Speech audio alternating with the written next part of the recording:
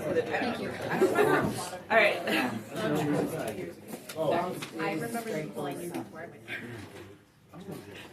That's why you say You have a son. I have a son. I'm your son, Steve.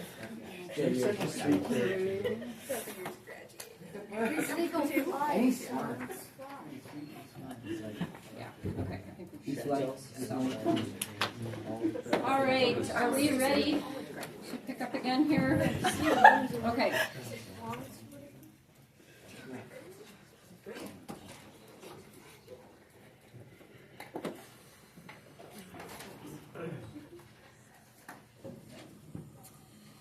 All right, so we are just about to meet Lady Macbeth. She comes in, so I'm in Act 1, Scene 5, with a letter that she's reading, right? The one that her husband has written to her.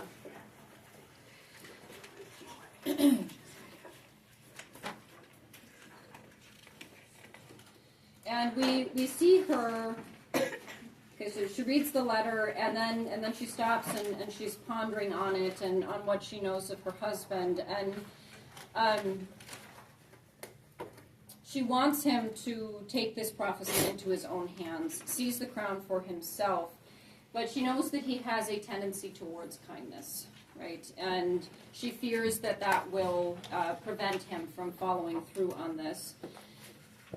So she resolves to. Decides that this is what she has to do to kind of push him into this, to renounce her womanhood, her nature as a woman, which is to love all things that grow and are not barren, as Tolkien puts it, right? To foster and to nurture new life. And in making this choice, and we do want to emphasize that this is a choice that she's making, right? This play is full of choice. Nobody is being forced by demons to do anything, right? Mm-hmm. They are making their own clear-eyed decisions about what they're going to do. She does, I think, maybe one of the most unsettling things I've ever seen on stage. Actually, I've never seen a movie version of this. I don't. Maybe Kate could provide some recommendations if anyone's interested on that. But I've seen it a couple times on stage, and this is absolutely blood-curdling. She calls on the spirits that tend on mortal thoughts, so demons again, to unsex her. So notice the blurring of distinctions once again as she renounces her womanhood. She's separating herself from her own nature. Okay, this is evil. And, well, yeah, okay. She's separating herself from it and trying to take on the attributes that she believes a man should have. So she chooses to renounce fertility and a future arrived at through the natural unfolding of time and the coming of children with all of its sorrows and its joys in order to seize control of her destiny and her husband's. And again, this is at the expense of children, as she so powerfully declares. If we jump ahead a little bit to Act 1, Scene 7, line about 55, where she, for me, she's taunting her husband. Which is it? It's the, I would have plucked the... Is that the beginning of the speech? No. 535. Sorry. What was that? 535. 535, thank you.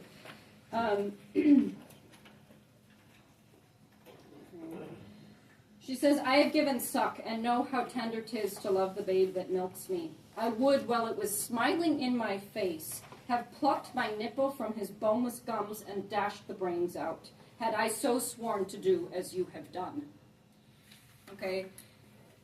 Lady Macbeth has comparatively few lines, right? I would call this kind of a moderate-sized role in terms of Shakespeare's plays, but she really lies at the heart of what's going on here.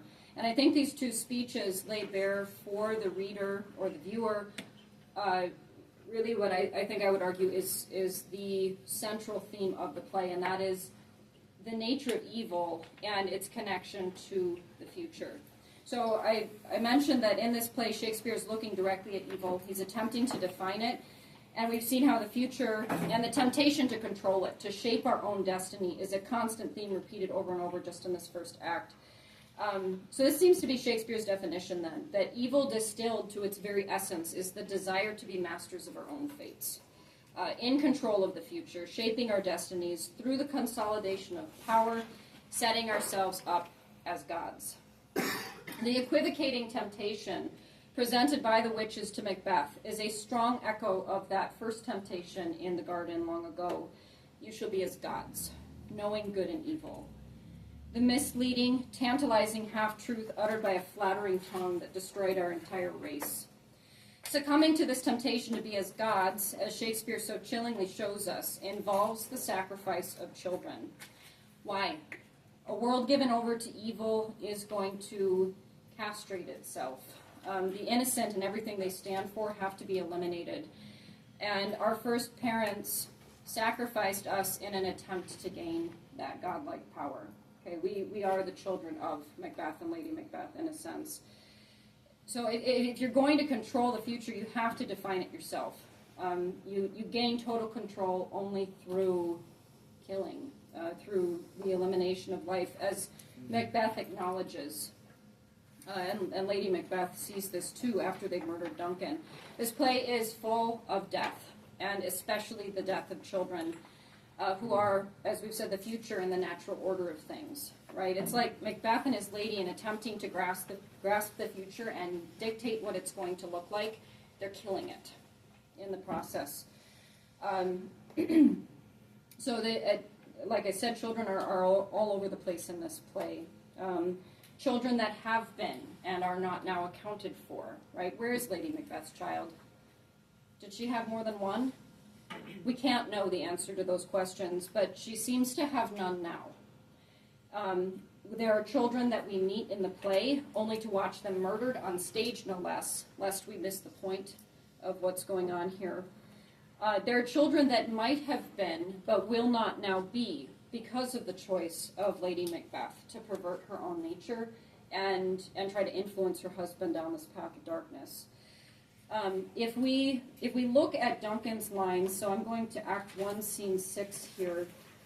He's just arrived at the castle of Macbeth, and so I'm about 5 lines in here to this scene. And he's talking about the birds that inhabit the castle, right? They build their nests on the walls. He says, this guest of summer, this temple-haunting martlet, does approve by his loved mansionry that the heavens breathe smells wooingly here. No jutty, frieze, buttress, or coign of vantage, but this bird hath made his pendant bed and procreant cradle. Where they most breed and haunt, I have observed the air is delicate. Okay? What's he saying? This is a prime place for bringing children into the world. And what are the lord and lady of this castle doing? Choosing not to. And again, there's this idea that we see repeated over and over again on Duncan's part of children, of a good future that we can look forward to. And it's not going to happen, right? Because of Macbeth. But I want to go back briefly to Scene 5 here. I'm towards the end. So Macbeth has just entered. Okay, she's been pondering what to do. She's called on the spirits to unsex her, and immediately he comes in, and she says, "Great Glamis, worthy Cawdor, greater than both by the all-hail hereafter. Thy letters have transported me beyond this ignorant present, and I feel now the future in an instant." What is happening to time here? Okay.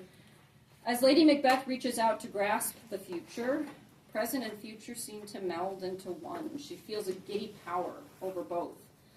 But what happens when you do this? You're going outside the natural order of things, and you're going to end up causing destruction. And she gets to work on this right away. If we look at her very, very next lines here.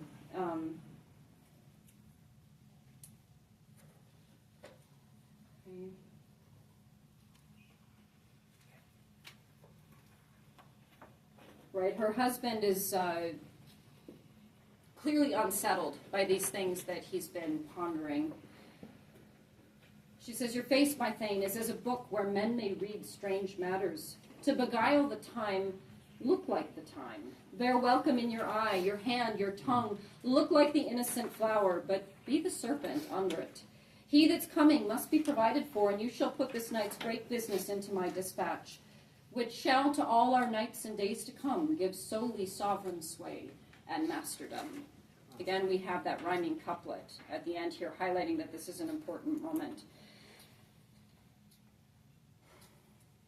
What's Macbeth's response?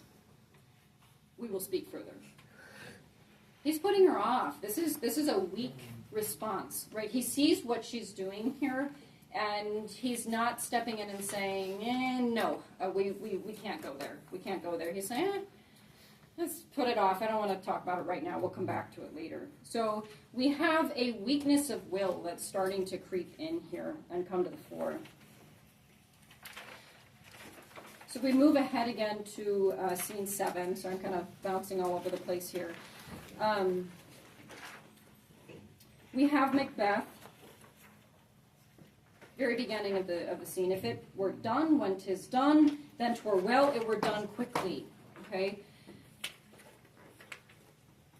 He's again obsessing here about what to do. He wants to be king, doesn't want to trust to time to make him so, or to divine providence to make this happen.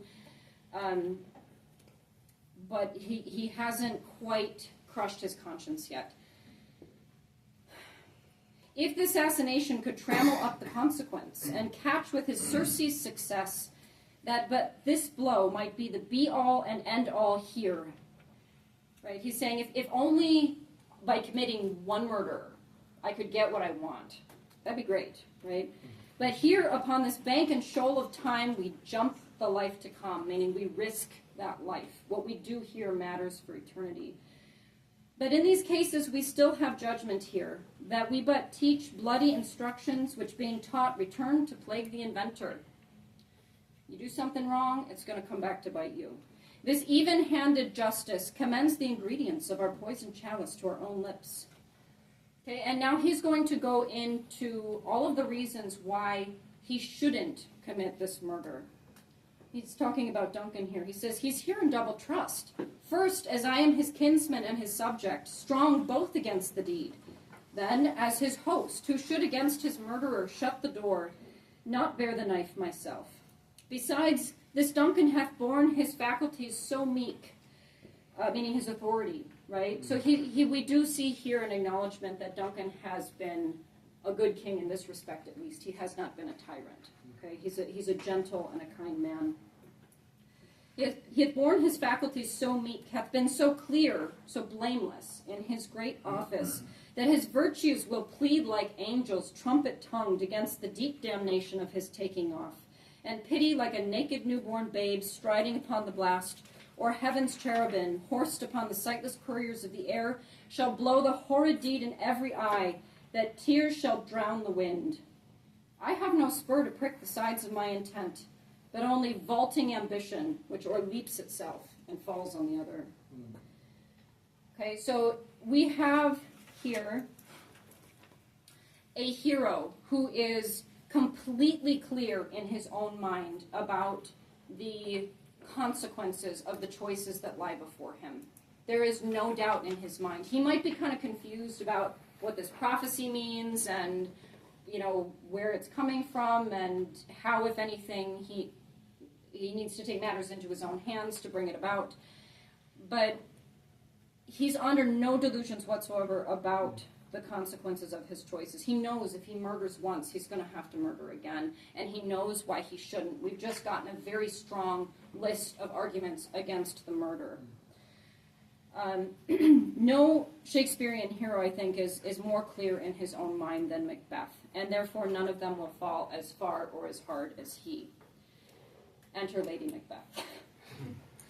Knowing what's going on in her husband's mind, she's here to try to sway the argument her way, and he tries to cut her off at the pass.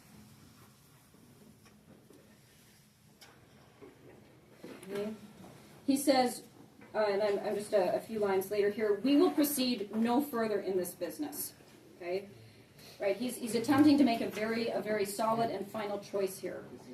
But then he goes on to say something that I find very interesting. He says, he hath honored me of late, and I've bought golden opinions from all sorts of people, which would be worn in their newest cloths, not cast aside so soon. Is he giving his wife any of the strong reasons for not murdering Duncan that just went through his head? No. No, he's not.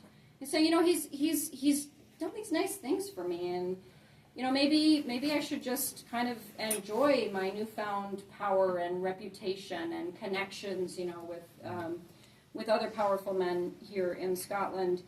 It's kind of a superficial response, and I think this is interesting here. I'm not sure, and I don't want to go too far down this right now, but I'm going to ask this as a question. What does this say about his relationship with his wife? I think there's something interesting going on here. Does he think that she's not going to take seriously the arguments based on morality, on ethics? Does he think she's going to be more swayed by these sort of superficial considerations? I don't know, but or does he just not? He wants her to give him a reason to go ahead with it. Yeah, or so maybe it's his indecision, right? He doesn't want to have this conversation with her because he's still waffling himself. So there's a real wavering of purpose. He's not actually as resolved as that first line makes it sound. We will proceed no further in this business. He's not actually made up his mind about this. And she sees this, she jumps in with her arguments, and not arguments even, she's just taunting him on a very basic level with lack of masculine virtue. Right, so she calls him a coward, right?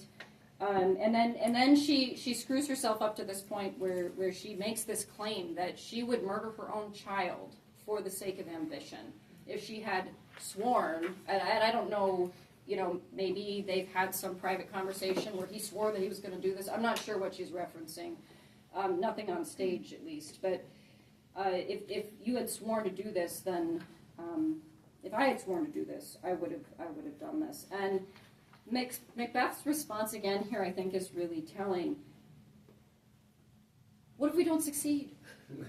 Okay, there's this doubt and this fear, which is kind of odd, right? This man is a killing machine. He's been described as Bellona's bridegroom, as the greatest warrior that Scotland has. And if we should fail, okay, this is what's coming from him. It's like a crack in his character.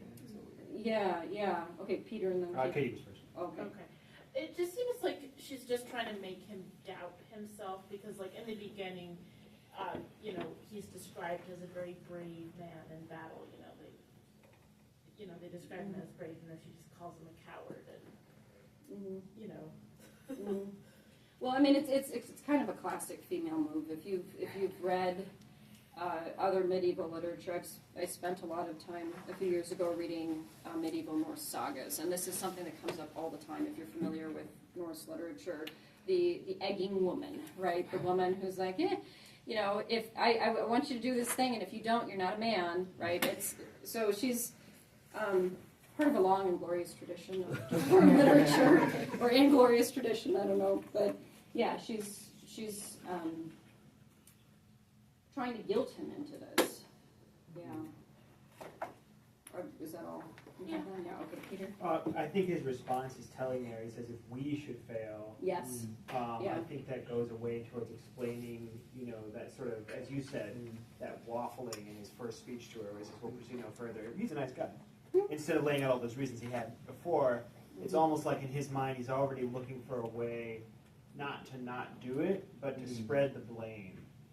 That's an interesting take on it. If who's we? What we're talking about, you're the one who's going to kill it. But he says if we should fail, and I think that when for the time he comes home and they first interact, he's sort of setting that up. You know, every time she says something, he kind of like, you know, like, when does he propose to leave? Like, he's like, tomorrow, as he purposes. He's not dead. Yeah, So, if he makes it out yeah, I alive. think that's just really interesting. If we should fail, why isn't it if I should fail? I mean, they're not really talking about her murdering him. They're talking about him murdering Duncan. So to me, it seems like he's looking to spread the blame. Okay, which is an interesting thing because, I mean, maybe that's hinting at where he ends up later in the play, right? Where Banquo's ghost comes back to him. And he's like, don't look at me, I didn't do it, I didn't kill you, it wasn't me. Okay, well, and that's equivocation right there, right? The slippery words, oh, I didn't do it. Well, yeah, actually you did. You might not have borne the dagger yourself, but you gave the orders, you're still culpable. So maybe this is kind of the beginnings of that. I hadn't considered that. Yeah, that's really funny because when he's saying that, then everybody recognizes, oh, what the heck is he talking about? And then they're like, this is bad. We're under a tyrant's feast. Yes, yeah, for sure. Okay, yes. It almost seems like even though they're close relationship, they don't really know how to communicate with each other. So like he's like, I'm gonna give the lame reason because of whatever it is. He doesn't think the real reason, or he's too scared to share the real reason, or whatever that ends up being why he does that. And then she's like, well, I'm just gonna tear him down, and not actually either of them communicating in a way that would help them in their purpose. Yeah, and I think that's an interesting point. I don't know, do you have any thoughts on that, Kate? On their communication. Yeah, Yeah. not to put you on the spot. So Yeah, no, I have to just- think about that. It's Yeah. almost as if it's like a duel, where it's like a combat of Yeah. trying to give her the idea of if we should fail, like trying to make her persuaded a little bit to see from a different point of view of maybe we're going to fail, but then her trying to convince him in her way, like they're trying to just like battle with two ways of persuasion and not actually going with each other, which is kind of interesting. Yeah. Well, I think what is interesting about their relationship is that she clearly cares a lot about his success. I think she's ambitious herself, but she genuinely wants his success. I think she sees him as deserving of success, and what she's trying to do through this plot is to basically safeguard their relationship and their success for the future. And I think that I suspect that in her mind this is going to be a one and done kind of murder, and it's not going to be anymore. This will be it. We'll be set for life, and we're good. Yeah, And then because then what happens later on, if I remember correctly, as things sort of start to spiral out of control, she kind of backtracks a little bit. But what happens is, by the end of the play, she's lost the very thing she was trying to preserve. In his Tomorrow speech, he almost doesn't care about her anymore. Yeah. And I suspect she goes mad partly because she's lost the one thing she was trying to hold on to, which is this twisted relationship with Macbeth that she, was so important to her. Yes. Yeah. And also the lame reason was more of like a social thing, like he's up here all the way. But the real reasons were more noble. That's not really what she was looking for. So maybe he could speak to her better with that one. Yeah, That's true. Maybe he knows what's important to her. Yeah. Right. Yeah, that's interesting too. What's most important? Yeah, no, that's a great observation, Izzy. Okay, so they're going back and forth, kind of maybe missing each other a bit here. She's made herself hyper-masculine to compensate for what she perceives as his weakness. His response is kind of weak. But he says later on in the scene, "Bring forth men, children only, for thy undaunted mettle should compose nothing but males." Again, this reference to children, but she will be bringing forth none ever again, right, by her own choice here. And she wins this round, okay? He's like, I'm settled, right? I'm settled, I'm going to do this thing, right? Do we really believe him after all this back and forth? I don't know. But he says he's going to bend up all of his strength against this deed of murder. And then we move on to a brief scene with Banquo. Okay, so this is Macbeth and Lady Macbeth are preparing to murder Duncan right now, this night. Banquo is having a bad night. He can't sleep.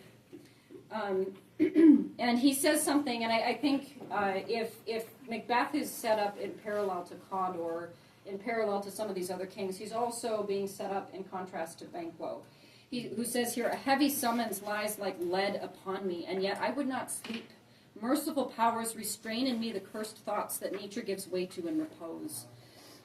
We're not told what these thoughts are, but maybe they're of a similar nature to those cursed thoughts that Macbeth has been yielding to. Banquo is strong against them. He's not interested in selling his immortal soul to the dark powers. So he's then startled by Macbeth, takes his sword from his son. He says, "Who's there?" "A friend," Macbeth responds. And again, I think we need to understand this as they really were friends, right? It's an interesting moment that, I don't know, when I was reading through it, it kind of struck me as having some resemblance, actually, to the agony in the garden and the way Judas approaches Christ. Macbeth's treachery is going to destroy their friendship, as we know. But yeah, you can tell he's a friend because then Banquo is concerned about him. Mm-hmm. He's like, "What? You're not at rest yet?" You know, he's like caring so much about him. Mm-hmm. Mm-hmm. What's going on here? It's also an interesting moment, right? Because Banquo is going to be able to think back to this and start putting a few things together about maybe why Macbeth wasn't in bed at that moment. And they discuss, so they're going to part ways here, but they discuss meeting to talk about the Weird Sisters and that prophecy. And Macbeth lies here, okay? Again, this is another indication that he's starting to trip over himself and fall. I think not of them. Oh, really? That you've been obsessing about this for the entire course of the play. And Banquo says, "As long as I don't lose my honor," and, okay, so maybe he's starting to suspect Macbeth a little bit here already, "but I still keep my bosom franchised and my allegiance clear, I shall be counseled. I'm willing to talk to you as long as you're not thinking about pulling me into anything that I am not willing to do." Okay? I'm loyal to the king, and we're going to leave it at that. Then we have the scene with the vision of the bloody dagger. Macbeth goes and kills Duncan. He returns to his wife, and okay, let me just find my spot here. And they're both nervous, on edge, hyper aware of this moment, right, in which they're going to be caught for the rest of the play. They wanted to secure a future. What they're doing here is trammeling themselves in to a cage that they're going to be stuck in like a bubble for the rest of the play. There's no future for them. They killed it now. Yeah. So Macbeth's conscience begins plaguing him immediately. His wife mocks him for it again, calling him weak and infirm of purpose. But what Macbeth sees, and she refuses to, at this point, are the consequences of what he's done. And in this, we see a mark of his greatness still. Okay, he's just committed a horrible deed. He's not completely lost yet. His evil act has disrupted the moral universe. He acknowledges this. So I'm towards the end here of Act 2, Scene 2. He's looking at his hands, right, which are covered in Duncan's blood. "Will all great Neptune's ocean wash this blood clean from my hand? No, this my hand will rather the multitudinous seas incarnadine, making the green one red." He has disrupted the natural order of things, and the whole world is going to suffer because of it, and he knows that, and it's tormenting him. I think we talked about this a bit with Midsummer Night's Dream last year, but there is this theme of the disruption of nature. I'm not going to dwell on that too much, but you can look for it as you read the play yourselves. Okay. So then we have this scene with the porter, and I just want to reference this really briefly because the porter is one of these guys who gives us that word equivocation. Okay, he's pretending, he's kind of drunk here, a little bit tipsy, and he's pretending that he's the porter at the gate of hell, right? So it's funny, but in a really dark way. And one of the people that he imagines letting into this castle of hell is the equivocator. Okay. Knock, knock, who's there? In the other devil's name. Faith, here's an equivocator that could swear in both the scales against either scale, who committed treason enough for God's sake, yet could not equivocate to heaven. Oh, come in, equivocator. Right, so just a moment to remember here.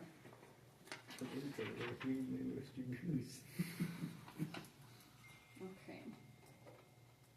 So is Yeah. is the Porter's line predominantly because of what he talks about with the equator, or does it play another role in like he just goes on and on before he opens the door? Mm-hmm. It's just because he's drunk?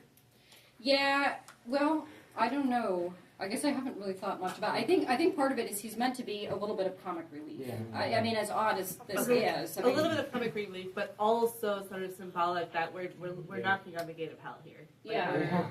we're thinking about going to dark places. Yeah, well, and that's an interesting thing. I mean, if you think about the definition of hell, really, it's just being locked up by yourself in your own head without God in an eternal moment, right? So Macbeth has turned this place truly into a living hell. This isn't just a metaphor. Yeah. I also think that this comic relief part kind of accentuates more of the murder parts. Like Okay. you've got the murder of Duncan at the beginning, but then you have comic relief, and then murder comes back again, and it's back to tragedy, and it's back to blood shed and stuff, and so it's almost like it's more accentuated when it's contrast with something funny. Yeah. It looks Like kinda they do in a scary movie. movie, like in Yes. a horror movie. You start with, oh, something harmless, and then boom, they scare you by just Yep. putting it into the Yes. innocent. And I like that. I think that's a good way of reading this. I mean, he's also playing the role of the fool, right? Which is to speak the truth about what's going on in any time or place. But did you have something to add? I was just going to say, Joseph Pierce says that Shakespeare's jokes are never just to be funny. They do that, but it's also like very important to notice what he's saying, because he's like the fool has the job of telling everybody the truth of like what's going on, like break the fourth wall kind of person. Like this is what's happening. Pay attention. Yeah, exactly. So I mean, it's kind of a short moment, but I do think it's significant. Okay, I want to kind of skip through some of this stuff. We have the country thrown into confusion here, right? We've got lords discussing what's going on. We kind of learn by hearsay that Macbeth has turned into a tyrant. He lays plans for Banquo's murder, stooping so low here as to pick men that it appears he himself had treated badly previously. And he puts the blame for this treatment on Banquo. Oh, it wasn't me. It was actually Banquo, this guy that I want you to go and kill. He's the one who was persecuting you. So he's sinking into pettiness here as he falls lower and lower. Okay. So there's a lot of significant stuff here in his reflections on Banquo in Act 3, Scene 1. I'm going to kind of skip over that. There's the reference to the Baron Scepter and have I done all this, right, just to make Banquo's heirs kings, right? I don't have any kids, right? Is this what I sold my jewel, meaning my soul, right, to the common enemy of man for? But I'll leave that to your perusal here.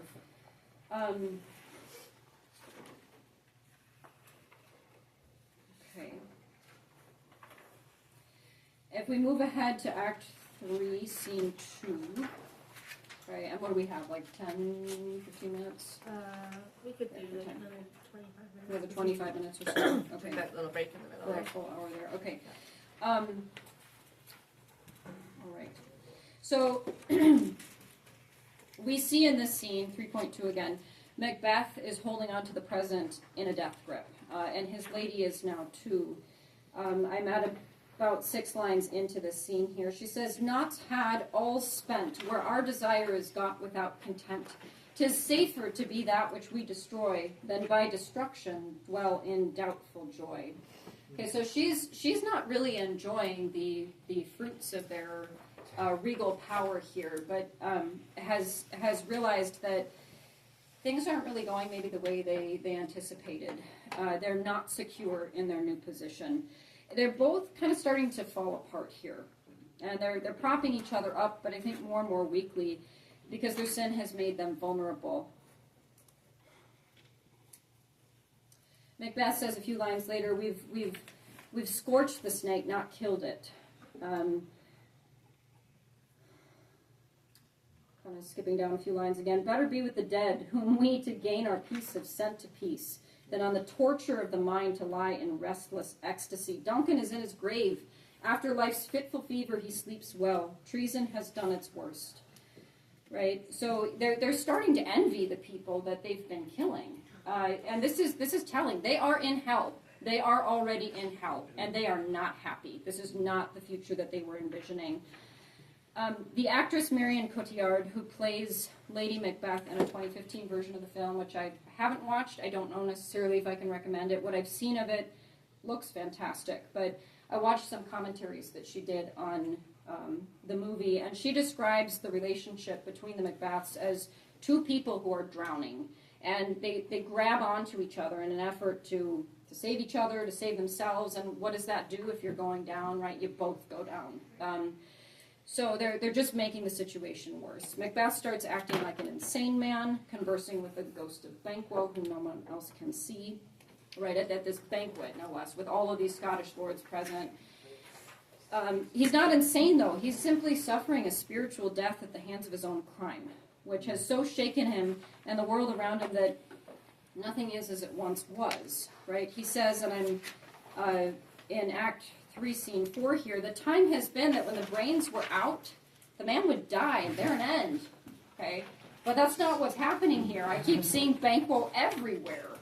What's going on? So he resolves to seek out the weird sisters. He wants to know by the worst means the worst. No. Okay. I'm just going to find my spot here. So I'm towards the end of Act 3, Scene 4. He says, and really towards the very end of this scene, just a few lines from the end. He says, "For my own good, all causes shall give way." Okay, he's become utterly egocentric here. There's none of that courtesy that we saw in the noble Macbeth at the beginning. This is all about me now. He says, "I'm in blood, stepped in so far that should I wade no more, returning were as tedious as go o'er." Right? He recognizes that he has this option, like the previous Thane of Cawdor, to repent. But that would be tedious, right? There's this choice here. He's at a crossroads. I could either continue down this path, or I could confess what I've done and take my death like a man, okay? But he's not going to do that. "Strange things," he says, "I have in head that will to hand, which must be acted ere they may be scanned." I'm just going to act, right? He's tired of his conscience stepping in and putting in roadblocks in front of all these wicked things that he's doing. He's not even going to think anymore. He's just going to act. He tells his wife, "We are yet but young indeed." Okay, and again, there's that "we." I don't know. Make of it what you will. He sees them as a unit, whatever their communication problems are.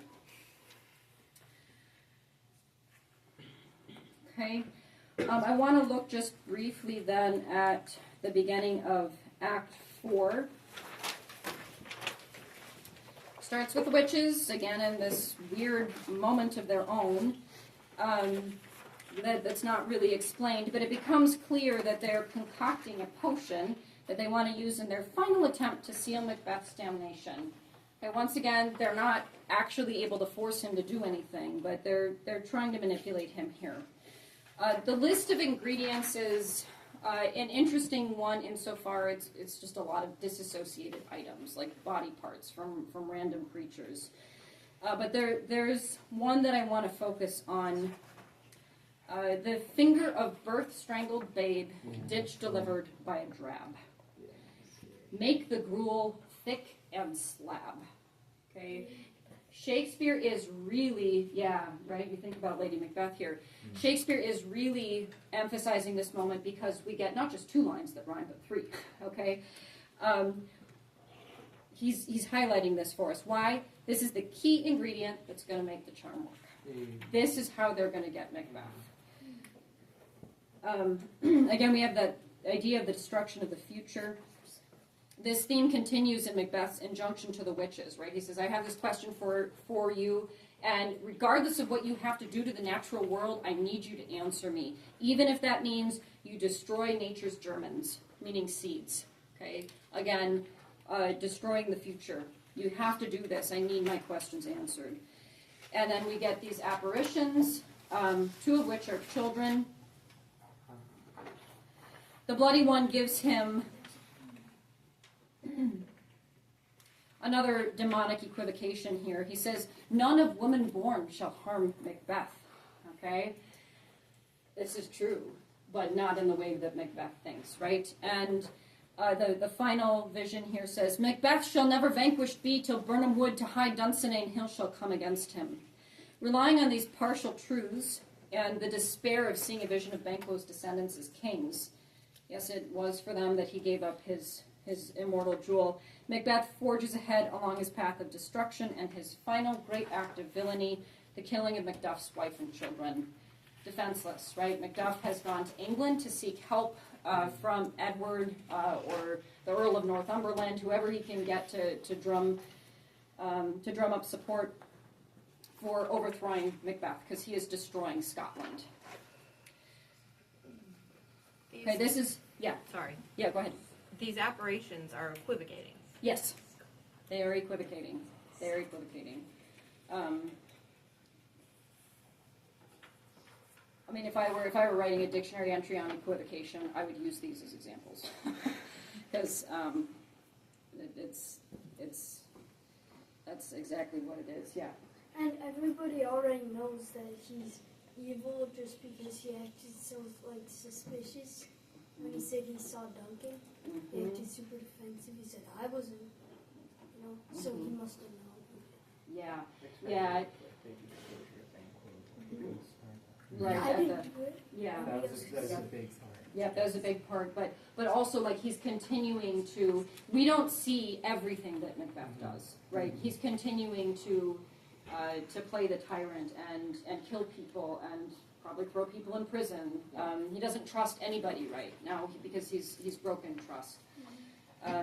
So it's very clear to everybody that he's not the king that they need.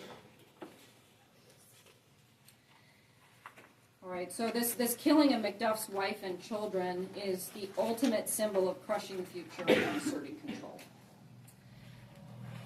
The last act of the play, I'm just going to jump to that here. It sees no interaction between the Macbeths on stage. Okay, where they were so thick before, we don't get any conversations even between them. Lady Macbeth descends into madness. She loses her mind. Macbeth has been acting kind of insane at various points. She literally loses her mind. And if you, I would actually highly recommend. There's a clip from that movie with Marion Cotillard and what's his name, Michael Fassbender. They play Macbeth and Lady Macbeth, where you see her delivering these lines from her insanity, right? All of these disjointed words. Maybe you could drop that link into the resource page. Yes, I'll put that in the resource That and page. also You her can look at commentary it. if you think that's something that would be useful for people. Yes, I'll have to watch it again. There might be some moments that would need to be censored, but I'll look. Okay. And if it's okay, I'll put it up. But it's a powerful performance. Okay, so she loses her mind. Macbeth, on the other hand, has lost his personality. I'm not sure which is worse. He's obsessed now with the consolidation of his power and the defense of his position. And I'm going to move to 5.5 here. Okay. He's preparing for battle. Macduff has been able to get an army together with the help of Malcolm, Duncan's son. He's coming back to try to regain his throne. Macbeth knows that they're coming. He's not worried, right, because no one of woman born can harm him. The wood, Birnam Wood, is certainly not going to come to his castle. I mean, that's just ludicrous. So he's feeling relatively secure, but he's preparing for the battle. And all of a sudden he says, "What's that noise?" And his servant here, and I don't know how we want to pronounce his name, Satan or Satan. This is a very clear reference to the darkness in Macbeth's household. He says, "It's the cry of women, my good lord." And Macbeth says, "I've almost forgot the taste of fears. The time has been my senses would have cooled to hear a night shriek, and my fell of hair would at a dismal treatise rouse and stir as life were in it. I have supped full with horrors. Direness, familiar to my slaughterous thoughts, cannot once start me." Okay, this man who was so perceptive, so great in sensibility and imagination at the beginning of the play, he's just dull. He's completely dead inside. Satan returns from investigating the noise and announces, "The queen, my lord, is dead."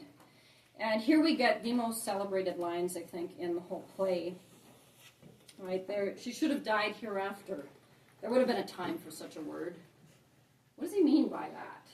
Okay, maybe there's some sorrow here, but he's not really presenting any emotion for us. And we could read these lines actually as his irritation, right? I'm getting ready for battle. She had to choose this moment to die, right? That's inconsiderate of her. I don't know. We could take that different directions, but yes, yeah. I mean, he's steeped himself so deeply in killing, as he himself acknowledges, that there's nothing left. Not even, like Kate said, his relationship with his wife. He's become very nihilistic. Yes, and that's what this speech is all about. Okay.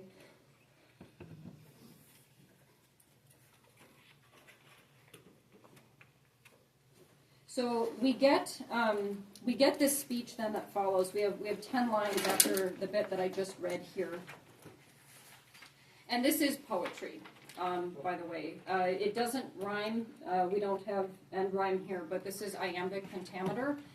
So it has a very specific meter with 5 beats to the line, or that's what we're supposed to have. Okay, there's a lot going on with the poetry here.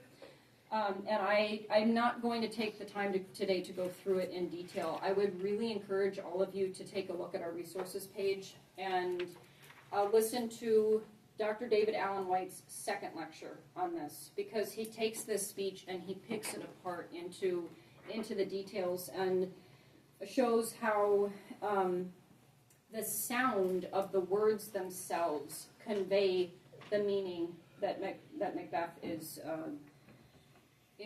trying to communicate here.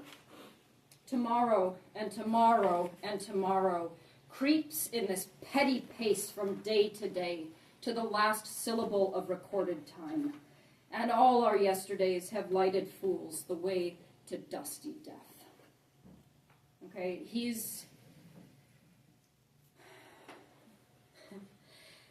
This is brilliant poetry, because what Shakespeare is doing here is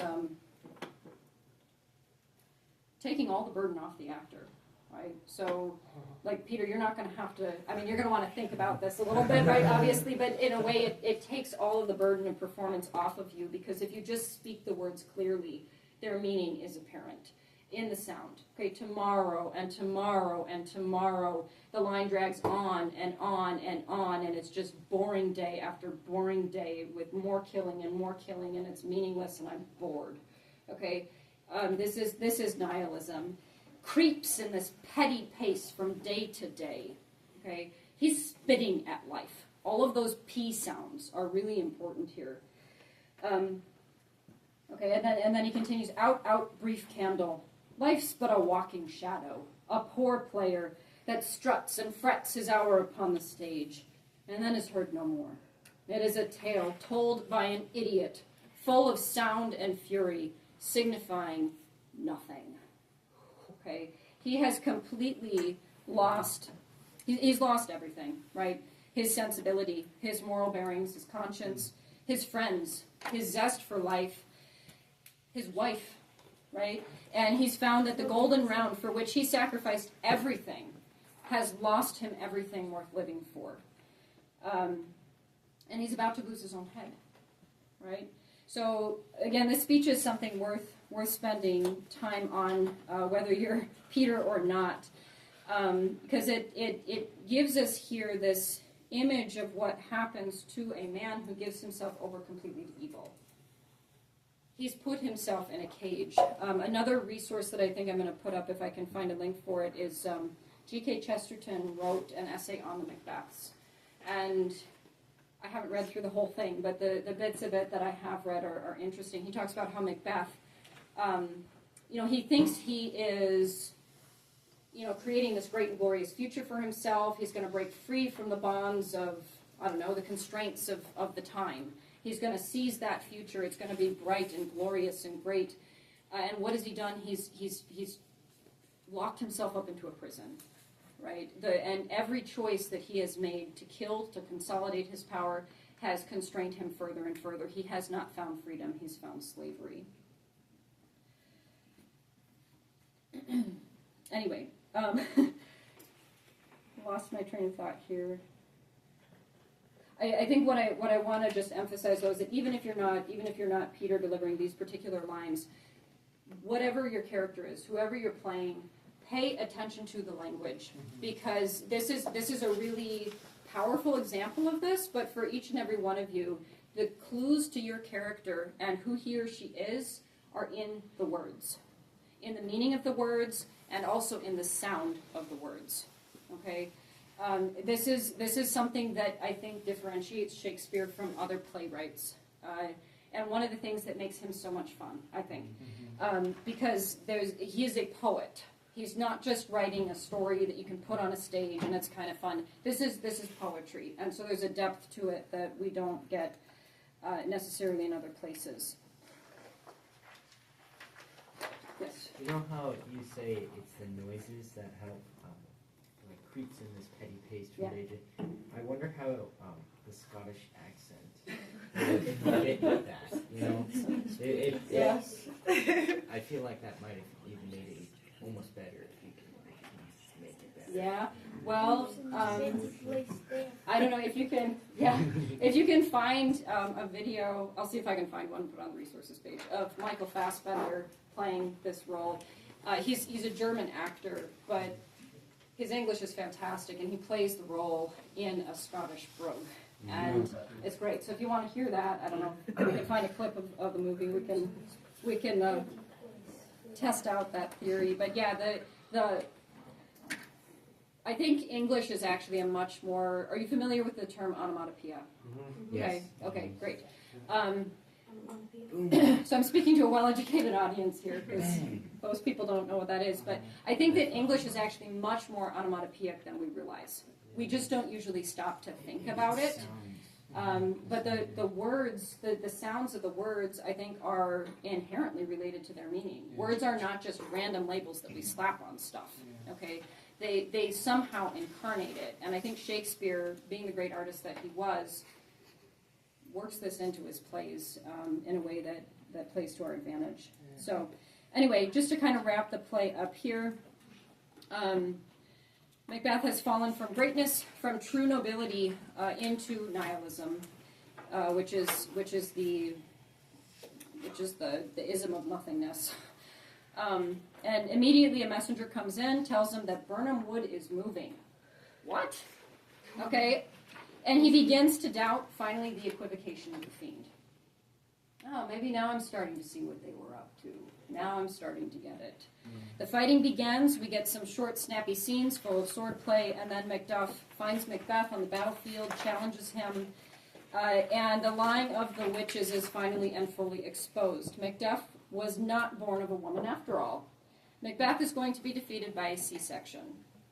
Okay, and this is kind of an interesting thing. I mean, Gregory, you mentioned, I think it was you, the idea of Macbeth being kind of narcissistic, right? He's very taken up with himself.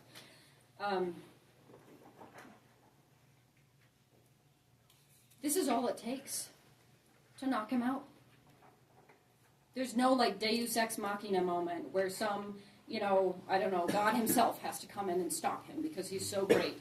He's just defeated by a man who was delivered by C-section, and he sees here the truth finally, completely and clearly, and that vision, that clear-sightedness that he had at the beginning of the play comes back to him, and he says, "And be these juggling fiends no more believed." Oh, shoot. I get it now. Okay? Still, right, as Peter pointed out, he could still repent. Say, I'm sorry for what I've done. No, what's he going to do? Just fight it out with Macduff. And whoever cries hold first, let him be damned. Okay? Macbeth is killed off stage. We don't even get to see it on stage. He's not even given that honor. And Macduff brings out his head, his bloody, dripping head for us to see. So I'm not sure how we're going to do that. I'm not sure how we're going to do But it. it's going to be great. It's going to be great. So, tyranny is ended, order restored, and the victors are invited to see Malcolm crowned at Scone. Okay, so we end on a happy note here. This play moves at a relentless pace from beginning to end. Okay, you're going to find it exhausting in some ways, but it's going to be fun. But there's no moment for the audience to catch their breath through all of this. Okay, we're just going to go bam, bam, bam, bam, bam, bam, bam, and there's blood everywhere, and confusion and mayhem. And by the time the resolution happens, you're going to be sitting there. Our audience will be sitting there, just kind of in a daze, hopefully. So what? An odd days. An odd daze.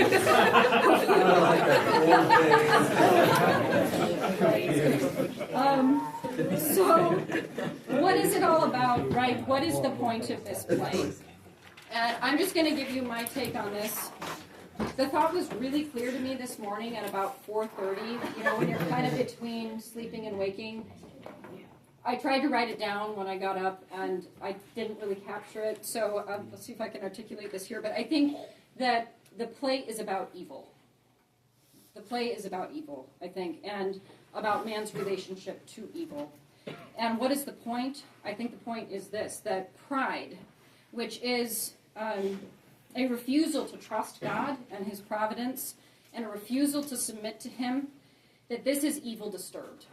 If you're familiar with the New Testament, I think it's St. Paul, right, who says that pride is the root of all evil. Am I making that up? It's something like that. Something like that. Okay, I don't know. But anyway, I think that's the argument. I think that's the argument of the play. That this is evil distilled. If you don't acknowledge God's authority, if you don't acknowledge his will, if you try to replace this with your own will and seek to secure yourself in your position, you're trying to become God here. And you do this by controlling the future, or attempting, right, to control the future, which is going to crush it and kill it and destroy it. And hence, yeah, everything disintegrates. You end up with nothing, right, which is what we see in Macbeth. And I want to just leave you here before I turn this over to Kate, because I think we had a couple other things she wanted to talk about quickly. But in Act 3, Scene 5, we get all of these weird scenes with the witches, right? And they're, I don't know, kind of odd, maybe slightly amusing, very unsettling. But Hecate says something here that I think is really key. So if you go to Act 3, Scene 5, the first witch speaks, and then we have Hecate. She has this long speech. And it ends with this. She says, speaking about Macbeth, he shall spurn fate, scorn death, and bear his hopes above wisdom, grace, and fear. And you all know security is mortal's chiefest enemy. You can read security here as overconfidence, okay, pride, right? You can also read it as an attempt, as security, I think, the way we use the word now. Just safety, right? But in trying to make our lives, our worlds, so safe for ourselves that we have removed the possibility of, I don't know, pain, fear, whatever, we lose our position vis-a-vis God, and it will destroy us. So I think this is an important moment. Okay, so what's your take on what the play is? Do you have anything different you want No, to I mean, I share? think that's spot on. Yeah, I would agree with that. Okay. What you're saying. I actually didn't have anything else I needed to say, except that I wanted to open it up just for any other questions or comments people had, either about the Masterclass today or about practical rehearsal questions or anything like that. Yeah. I think, as you guys are mostly familiar with, we kind of expect people to be pretty independent in terms of learning their lines and kind of thinking about character development, just because of the limited rehearsal time we have. But yeah, if you guys have questions about rehearsals or about the topic of the day, now's the time. So I know that there will be like, how did people die in this play? How did they die in Like this play? on screen, yeah. Okay, We actually have so we have someone here who's going to help you figure that out. yeah, he's going to be our fight choreographer, Luke Kramer. It was my job to assist you in your death. So good question. Yes. You'll definitely be working with him for that scene where you get to Yes. the stage. Well, it'll all be choreographed, so you'll know exactly what to do. Yeah. And hopefully nobody gets hurt. Yeah, no people were harmed in the making of this production. Yeah. That's the We goal. actually have, in our fencing group, we actually have a guideline / joke that we want to kill our opponents, not hurt them. I like that. I like it. Good. Anything else from anybody? Katie? Are there thoughts on costumes yet? Like what sort of costume I might need as a witch? Yes, I have thoughts, but I need to get together with Blair and talk about that before I can give you anything concrete. Okay. Oh, yeah. It'll be weird. Whatever it is. Because I kind of want to get on that as soon as possible. But Yeah. I usually end up having Well, I don't think it'll be super complicated. Okay. I think that we're gonna make you. I want to try and make you look like you kind of came out of the moor itself. Are we Yeah. going to have So. beards? I mean, we could go there. Okay. I don't know how the other witches feel about wearing beards. As long as they're not itchy. Yeah. You just do something with like moss on your chin. Yeah. I can Oh, see that's that. it. Yeah. Yeah. Moss. I could see that. Yeah. Okay. What is the setting of the play? So we're going to put it in the 11th century. So about the historical period that the actual Macbeth lived. So, yeah. Full on medieval. Yeah. Kilts? Yeah, I don't know. Maybe.